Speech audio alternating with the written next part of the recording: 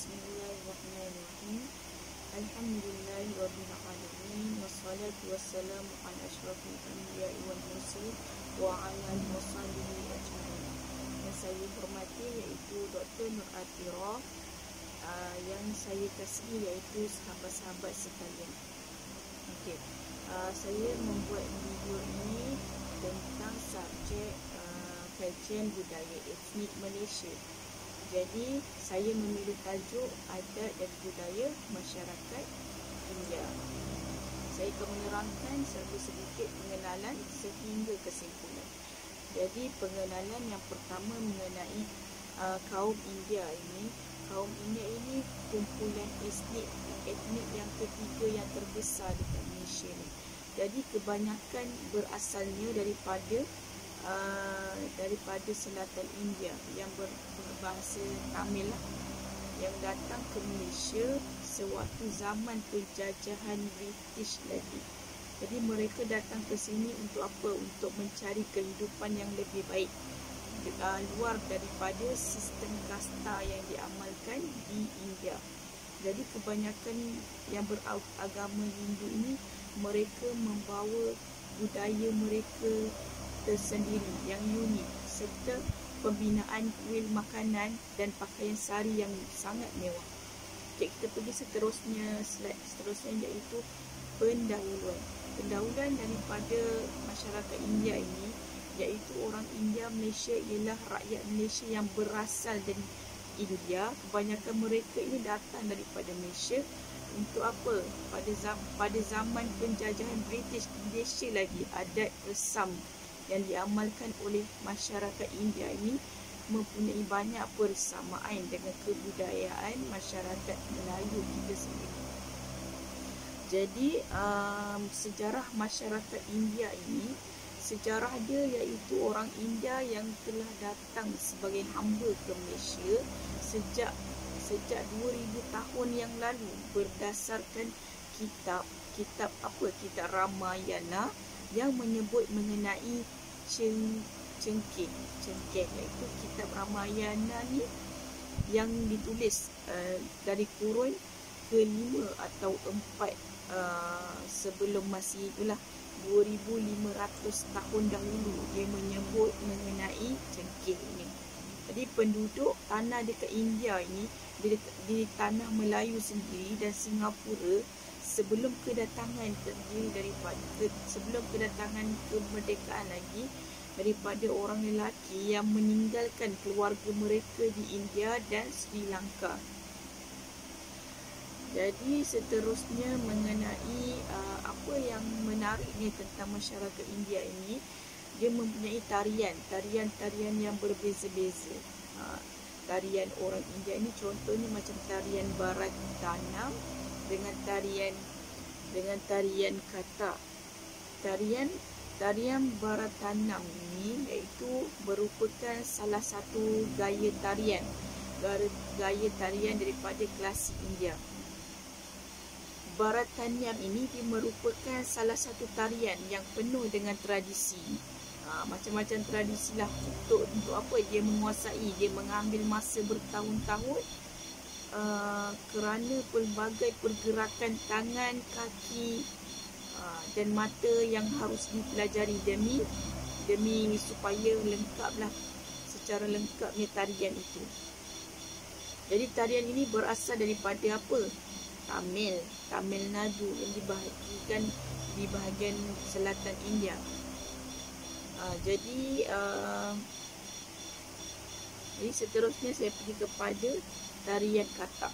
Tarian Kathak ini merupakan salah satu daripada 8 bentuk tarian. 8 bentuk tarian ini iaitu berasal daripada mana? India Utara. Tarian ini dijejakkan asalnya kepada penceritaan lisan nomad kaum-kaum India yang terdahulu dan dikenali sebagai Kathak. Dipanggil Kathak lah, negeri Kathak. Dan laman kuil ini kebanyakannya khusus dalam mengisahkan mitos dan moral dari kitab menokok. Pengisah mereka ini, alunan tangan dan memek muka mereka. Itu sudah menjadi lengkaplah dalam satu-satu tarian itu. Okay, kita pergi kepada pakaian-pakaian tradisional orang India. Pakaian tradisional orang India ni pula berbagai-bagai. Pakaian dia, contohnya pakaian India. Pakaian India itu sari. Pakaian sari, kurta. Okay, saya jelaskan satu-satulah. Pakaian sari ini merupakan pakaian untuk kaum. Untuk kaum apa? Untuk kaum perempuan. Dan ia adalah pakaian seharian dan turut dipakai pada musim perayaan India ni lah, musim perayaan India. Sari ini terdiri daripada apa? Lembaran kain yang berukuran semiter. Semiter kain yang berukuran dan 2 meter leher, dan panjangnya pula antara 5 hingga 15 meter mengikut saiz pemakaian kebanyakan saiz sari itulah. Jadi kemudian sari dililit dari pinggang sebanyak 3 hingga 5 kali untuk menguatkan lilitan supaya tidak terurailah dia punya pakaian sari tu. Jadi seterusnya mengenai pakaian salwar. Pakaian salwar kamis atau baju Punjabi ini. Ini terdiri daripada blouse. Blouse lah, pakaian blouse yang dipadankan dengan apa? Dengan seluar panjang yang longgar serta tudung kepada yang sesuai dengan warna yang dia pilih daripada warna Punjabi tu. Menarik Jadi seterusnya mengenai apa? Pakaian dhoti. Pakaian dhoti ini merupakan pakaian untuk kaum lelaki. Pakaian ini diperbuat daripada apa? Daripada kain yang berwarna putih. Kebanyakan dhoti ini hanya boleh dilihat dari hari ini dan tidak berminat dengan pakaian tersebut. Dan dhoti ini diperbuat daripada apa? Lembaran kain putih yang panjang. Kain tersebut ini dililit di bahagian pinggang juga. Macam sari tadi itulah, dililit di bahagian pinggang dan diikat pula pada celah paha mereka. Kemudian kain tersebut dihiasi dengan manik-manik supaya kelihatan menarik. Diorang letak manik-manik supaya nampak lagi cantik lah, menarik dari pakaian tu. Okay, kita pergi seterusnya iaitu perayaan utama India. Perayaan utama India itu Deepavali. Deepavali ini merupakan perayaan yang disambut oleh masyarakat yang beragama Hindu yang dirayakan pada bulan genap bernama apa? Aipasi. Aipasi ini yang pada setiap bulan Oktober dan November.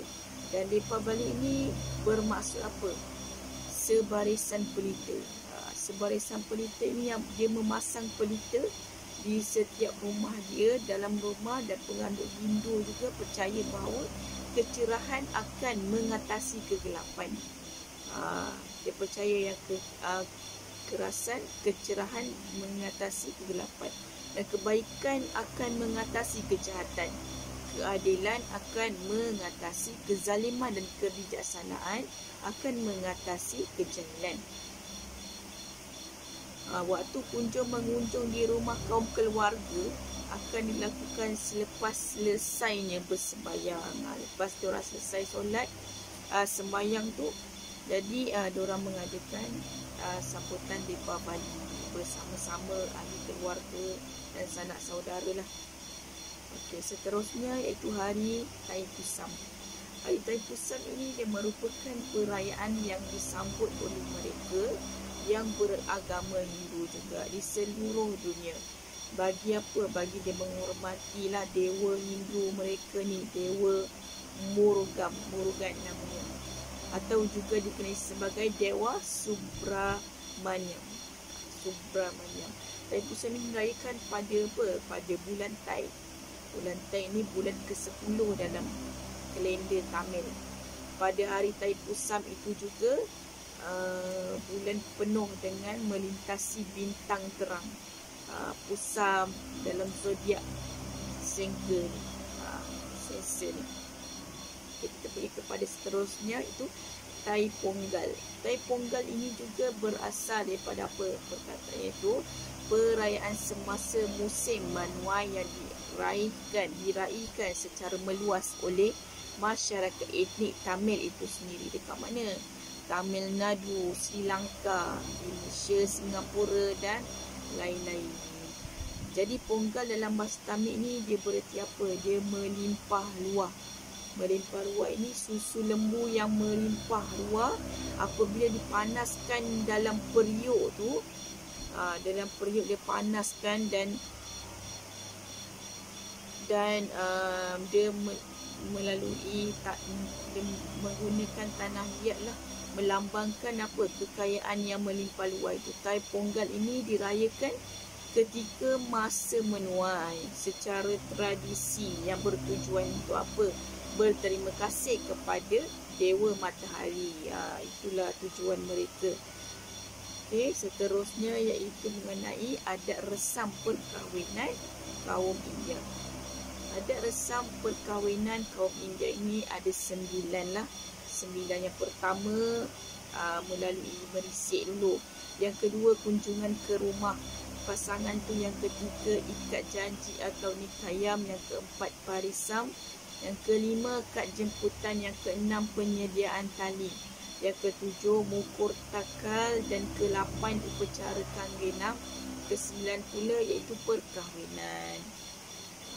Banyak dia punya peraturan mereka begitu. Okey, seperti kaum Melayu juga. Tetapi perbezaannya